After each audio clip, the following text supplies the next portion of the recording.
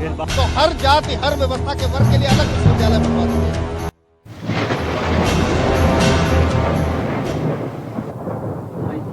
यदि आप सवर्ण समाज से आते हैं तो यूजीसी एक्ट पर अब रोक लग चुकी है। बधाई हो आपको यदि आप अनुसूचित जाति एवं अनुसूचित जनजाति से भी आते हैं, क्योंकि यूजीसी एक्ट पर अब रोक लग चुकी है। बधाई हो आपको यदि आप ओबीसी समाज से आते हैं, क्योंकि यूजीसी एक्ट पर अब रोक लग चुकी है। इस देश का दुर्भाग्य इससे ज्यादा और क्या होगा, जिस समाज के साथ सदियों से अन्याय होता आ रहा हो और आज भी उसे दबाया जा रहा हो, वह समाज एक गहरी नींद में सोया हुआ है। और एक वर्ग वह भी है जो कुछ तथाकथित राजनीतिक टट्टुओं के इशारों पर, अवसरवादी राजनेताओं के इशारों पर चलकर आज देश की सड़कों पर हाथों में तख्ते, बैनर, झंडियां लिए हुए आंदोलन कर रहा है। वह भी क्यों? एक यूजीसी एक्ट को हटवाने के लिए। नमस्कार, मैं नितिन प्रताप सिंह स्वागत करता हूं आपका स्टडी विद नितिन।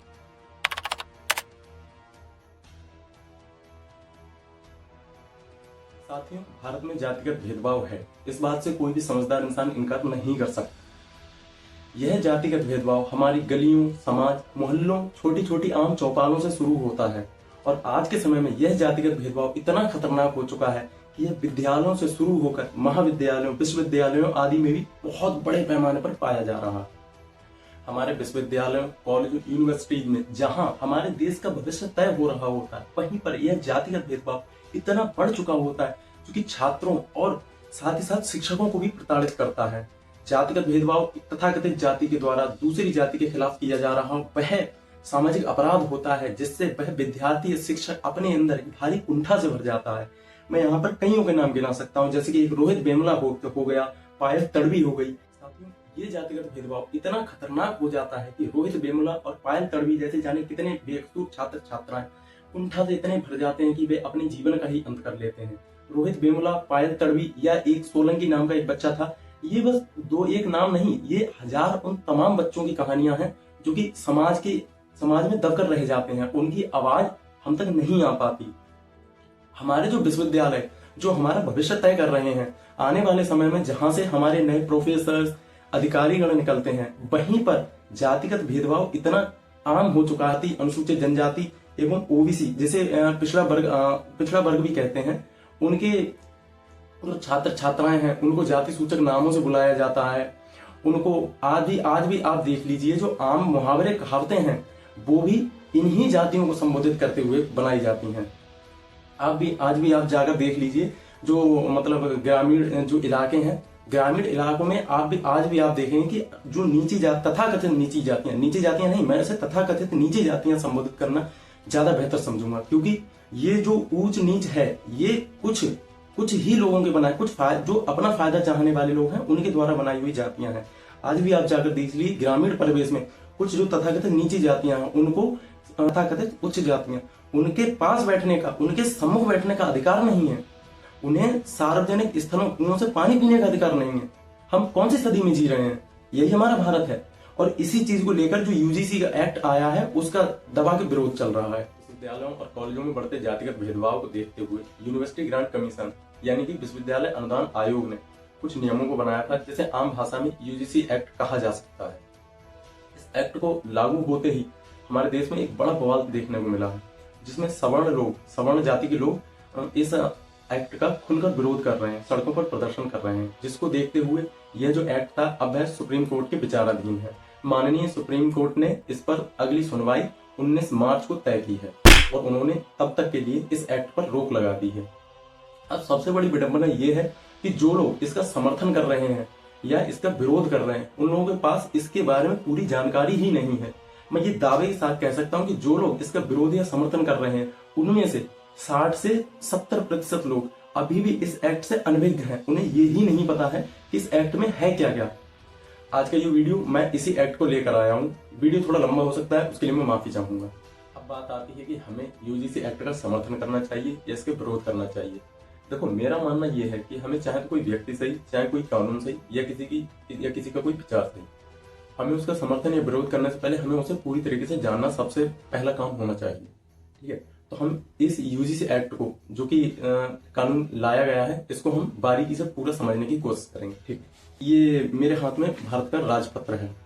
ठीक है, भारत का राजपत्र क्या होता है? जब भी कोई कानून बनना होता है तो जब उसका प्रस्ताव आ जाता है और मतलब विधायी प्रक्रिया से गुजरने के बाद भारत का राजपत्र प्रकाशित किया जाता है, जिसमें उस एक्ट के बारे में सारी जानकारी दी गई होती है।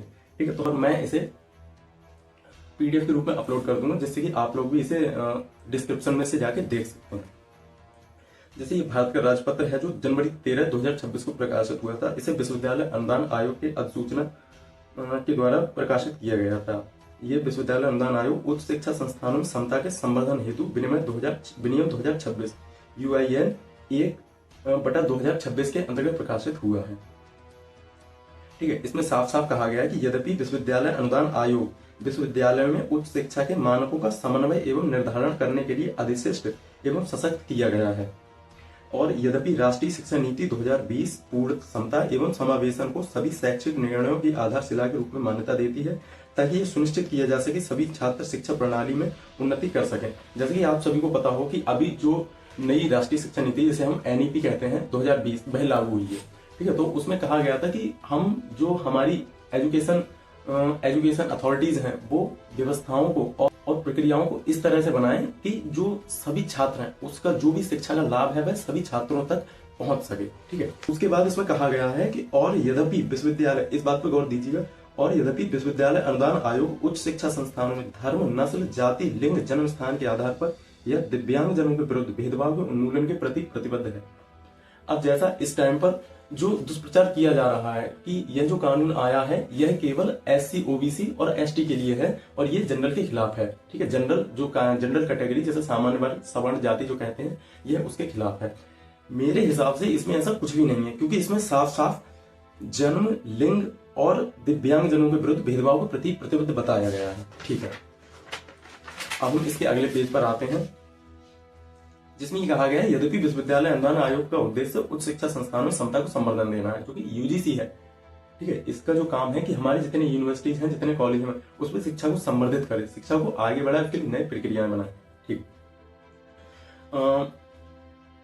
ये जो राजपत्र है, ठीक है, इसकी जब से प्रकाशन होगा तब से ये जो कानून बनाए गए हैं, ये जो कानून बनाए गए भारत के सभी उच्च शिक्षा संस्थानों पर लागू होंगे। ठीक है, इसका उद्देश्य आगे बताया गया कि धर्म, नस्ल, जाति, लिंग, जन्म स्थान एवं दिव्यांगता के आधार पर विशेष रूप से अनुसूचित जाति एवं अनुसूचित जनजाति, सामाजिक एवं शैक्षणिक रूप से पिछड़े वर्ग, जिसे सामाजिक एवं शैक्षणिक रूप से पिछड़े वर्ग, आर्थिक रूप से कमजोर वर्गों, जिसे हम EWS इकोनॉमिक वीकर सेक्शन कहते हैं, दिव्यांगजनों अथवा इनमें से किसी के भी सदस्यों के विरुद्ध भेदभाव का उन्मूलन करना तथा उच्च शिक्षा संस्थानों के हितधारकों के मध्य पूर्ण समता एवं समावेशन को संवर्धन देना है। जैसे कि इस टाइम पे दुष्प्रचार किया जा रहा है कि ये जो UGC एक्ट लाया गया है यह सवर्ण जातियों के खिलाफ है, लेकिन मेरे हिसाब से ये जो एक्ट है इसमें साफ साफ यहाँ पर दिखाया गया है कि ये EWS दिव्यांगजनों और महिलाओं को भी अपने अंदर समाहित करता है। ठीक है, मेन चीज क्या है इस टाइम पर जो कुछ राजनेताओं के द्वारा जो दुष्प्रचार किया जा रहा है, ठीक है, और भारत में भेदभाव, ठीक है, और जो समाज का माहौल है उसको खराब करने की वजह सबसे बड़ी वजह राजनीति ही है। इसमें क्या होता है, नेता लोग कुछ अपना निजी फायदे के लिए, वोट बैंक की राजनीति करने के लिए जातिगत भेदभावों को बढ़ावा देते हैं। आगे बढ़ते हुए अब हम बात करते हैं कि UGC ने किसको जातिगत भेदभाव की परिभाषा दी है। ठीक है, पेज नंबर 2 पर बिंदु नंबर 3 में इसकी परिभाषाएं दी गई हैं, जिसमें कहा गया है कि इन विनियमों में जब तक कि संदर्भ से अन्यथा अपेक्षित न हो। अधिनियम का अर्थ विश्वविद्यालय अनुदान आयोग अधिनियम 1956 का 3 है, जो कि 1956 में पहले ही आ चुका है विश्वविद्यालय अनुदान आयोग के अधिनियम नाम से। ठीक है, इसमें कहा गया है कि पीड़ित व्यक्ति का अर्थ ऐसे व्यक्ति से है जिसके पास इन विनियमों के अंतर्गत शिकायतों से संबंधित जुड़े मामलों से कोई शिकायत है। जैसे जातिगत भेदभाव का अर्थ अनुसूचित जाति, अनुसूचित जनजाति एवं अन्य पिछड़े वर्ग के सदस्यों के विरुद्ध केवल जाति जनजाति के आधार पर भेदभाव है। ठीक है, आज के टाइम पे आपने भी देखा होगा कि कॉलेज में, यूनिवर्सिटीज में बच्चों को एक दूसरे बच्चों में क्या होता है, वो या तो जातिगत भेदभाव मान लीजिए, ठीक है, जातिगत विद्वेष मान लीजिए, या अपने आप को ऊंचा और दूसरे को नीचा मानने की जो मानसिक कुप्रथा है आप उसको मान लीजिए। उसके चलते लोग एक दूसरे को जातिगत नामों से संबोधित करते हैं। ठीक है, कोई अगर SC में आता है तो किसी SC की जाति के नाम से उसे संबोधित किया जाएगा, उसे अपमान करने की दृष्टि से। ठीक है, सामाजिक दुर्भावना की दृष्टि से, जो लोगों में कुंठा भरी हुई है कि वे तथाकथित जातियों से आते हैं, उनका स्थान समाज में ऊंचा है, सामने वाले का स्थान समाज में नीचा है। ठीक है, फिलहाल तो ऐसा कुछ नहीं है, लेकिन उनके अंदर जो एक मानसिकता भरी हुई है उसका जो परिणाम है वह जातिगत भेदभाव के रूप में निकल कर आता है। ठीक है, इसमें आगे कहा गया कि भेदभाव का अर्थ धर्म, नस्ल, जाति, लिंग, जन्मस्थान, दिव्यांगता इनमें से एक किसी आधार पर हितधारक के विरुद्ध कोई भी अनुचित, भेदभावपूर्ण, पक्षपातपूर्ण व्यवहार या ऐसा कोई कार्य, चाहे वह स्पष्ट या अंतर्निहित हो। इसमें ऐसा कोई भी विभेद, बहिष्करण, प्रतिबंध या पक्षपात भी शामिल है जिसका उद्देश्य या प्रभाव शिक्षा में समान व्यवहार को निष्प्रभावी या अक्षम करना है और विशेष रूप से किसी भी हितधारक या हितधारकों के समूह पर ऐसी शर्तें लगाना है जो मानवीय गरिमा के अनुकूल हो। ठीक है, अब हम इसके बाद बात करते हैं कि यूजीसी एक्ट में और क्या क्या प्रावधान किए गए हैं। ठीक है, यूजीसी एक्ट में साफ कहा गया कि जो विश्वविद्यालय या जो संस्थान है अपने स्तर पर कार्य करेगा, ठीक है, वह एक हेल्पलाइन नंबर जारी करेगा। ठीक है, और उसके बाद वह समान अवसर केंद्र का भी इसमें प्रावधान किया गया है। ठीक है, समान अवसर केंद्र क्या होगा कि विश्वविद्यालय या कोई भी संस्थान है वह अपने स्तर पर एक समिति का गठन करेगा। ठीक है, जिसमें संस्थान का प्रमुख पदेन अध्यक्ष होगा। उच्च शिक्षा संस्थान के 3 प्रोफेसर वरिष्ठ संकाय सदस्य के रूप में होंगे। उच्च शिक्षा संस्थान का एक कर्मचारी शिक्षक के अतिरिक्त भी हो सकता है जो वह सदस्य के रूप में रहेगा। ठीक है, वह कोई भी नॉन टीचिंग स्टाफ से हो सकता है, कोई लाइब्रेरियन मान लो या फिर कोई भी जो अदर स्टाफ है उसमें से हो सकता है। व्यवसायिक अनुभव रखने वाले नागरिक समाज के 2 प्रतिनिधि सदस्य के रूप में होंगे। ठीक है, 2 छात्र प्रतिनिधि जिनका नामांकन शैक्षणिक योग्यता, खेलों में उत्कृष्टता, सह पाठ्यक्रम गतिविधियों में प्रदर्शन के आधार पर किया जाएगा, विशेष आमंत्रित के रूप में।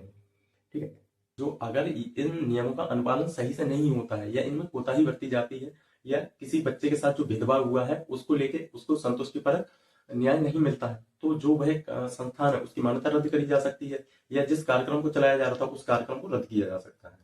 अब आप मुझे इसमें एक बात बताइए, आपको यह कानून कहां से बुरा लगता है? ठीक है, लोगों का कहना है कि इससे जो सामान्य वर्ग के या जो सवर्ण जाति के लोग हैं उनके साथ अन्याय किया जाएगा। कैसे किया जाएगा, जवाब दीजिए आप।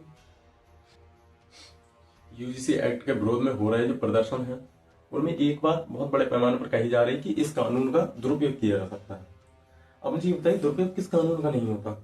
क्या अगर दुरुपयोग के चलते 1% दुरुपयोग के चलते हम 99% को सजा दे सकते हैं क्या? ठीक है, दहेज प्रथा वाला जो कानून है, ठीक है, दुरुपयोग तो उसका भी होता है। ठीक है, तो उसको चलते कुछ संभावनाओं के चलते, ठीक है, कुछ संभावनाओं के चलते आप जो बड़ा तबका है उसको तो न्याय से वंचित नहीं कर सकते। ठीक है, और उसी को लेके फाल्स क्लेम किया जा रहा था। अभी कहा जा रहा था कि एक Shri Ram college of commerce है जिसमें एक लड़की थी जो सवर्ण जाति से संबंधित थी और उसको एक अनुसूचित जाति के रिजर्व कैटेगरी के छात्र ने प्रपोज किया था। ठीक है, और उस लड़की ने मना कर दिया। तब उस छात्र के द्वारा उस पर एक झूठा मुकदमा लगा दिया गया था। ठीक है, और इस बात को बहुत ज्यादा भ्रामक तरीके से बहुत ज्यादा प्रचार किया गया था। इसे जो प्रदर्शन हो रहे थे उनमें खूब बड़ा चढ़ाकर बताया गया और सोशल मीडिया पर भी कुछ लोगों के द्वारा इस बात को बहुत ही बड़ा चढ़ाकर बताया गया था। ठीक है, जिसको लेकर जो Shri Ram college of commerce है उन्होंने खुद एक एडवाइजरी जारी की है और जिसमें उन्होंने बताया कि ऐसा कुछ भी नहीं हुआ था। मैं आपको नोट्स पढ़ के बताता हूँ, मैं डिस्क्रिप्शन में भी डाल दूंगा, आप इसे पढ़ सकते हैं। ठीक है, इसका टॉपिक है regarding claims being made on a social media. ठीक है, इसमें लिखा है a few claims videos are being circulated on social media and other platforms where it is being alleged that a third year student of reserved category of Sri Ram College of Commerce sought money from a female student of a reserved category in exchange of him not filing a complaint under the SC/ST Act. ठीक है, it is hereby informed that no such alleged incident or act has been reported in the college, nor does the college have any knowledge of such alleged incident or act happening. The claim or allegations being made are entirely the responsibilities of the claimant. ठीक है, नीचे जो college के director हैं या convener हैं doctor mister Harish Kumar, ठीक है, और उन्होंने साफ साफ इसे वेरीफाई किया है। ठीक है, और इससे ये साफ जाहिर होता है कि ये जो आंदोलन चले, ठीक है, ये जो प्रदर्शन चला, हाँ मैं ये नहीं कहूंगा कि इस एक्ट को जल्दबाजी में बनाया गया, तो इसमें कुछ तो खामियां हैं। ठीक है, तो उनको सुधार की आवश्यकता है। लेकिन जिस तरह से इसका विरोध किया जा रहा था, जैसे इसे बड़ा चढ़ाकर इसका विरोध किया जा रहा था, वह पूरी तरीके से निंदनीय है। ठीक है, आप जो भी नई पॉलिसी बनती है तो एक तरीका होना चाहिए, उसमें आप विरोध कर रहे हैं तो आपको सुधार का विरोध करना चाहिए, ना कि उसे पूरी तरीके से रद्द कर देना। आप पूरी तरीके से रद्द करवाना चाहते, क्या चाहते हैं? क्या आप एक अधिकार चाहते हैं आपके पास कि आप किसी भी जाति को उसकी जाति सूचक नाम से संबोधित कर सकें? क्या आप अपने पास एक अधिकार चाहते हैं कि आप किसी भी जाति को उसके जाति सूचक नाम से अपमान कर सकें? क्या आप ये अपना एक अधिकार चाहते हैं कि हर जगह सिर्फ आपका अधिकार हो? ऐसा तो नहीं है ना। ठीक है, आज के लिए बस इतना ही। और किसी भी चीज को, मेरा मानना बस यही है, अब ये इसके पक्ष में या विपक्ष में रहना ये आपकी राय है। जो मेरा मानना था मैंने आपको बताया, गलत लगाऊं तो आप मुझे कमेंट करके उस चीज को, मैंने जो भी गलत बात बोली हो या जो भी विचार आपसे, आप जिन विचारों से असहमत हैं, कमेंट करके मुझे बताइएगा। और मेरा मानना यह है कि आप किसी भी चीज को सोशल मीडिया या किसी अदर सोर्स से जानने से बेहतर है आप उसके जो आधिकारिक स्रोत हैं, जैसे ये राजपत्र हो गया या कोई किताब हो गई या जो कोर्ट के निर्देश हो गए, उनको फॉलो करें, ठीक है। और जो भी आने वाली मार्च 19 है, उसको जो माननीय सुप्रीम कोर्ट है, उसका जो उनका जो निर्णय आता है उसको देखा जाएगा। उसके बाद आगे इस पर क्या कार्रवाई होती है उसको आगे देखें। नमस्कार।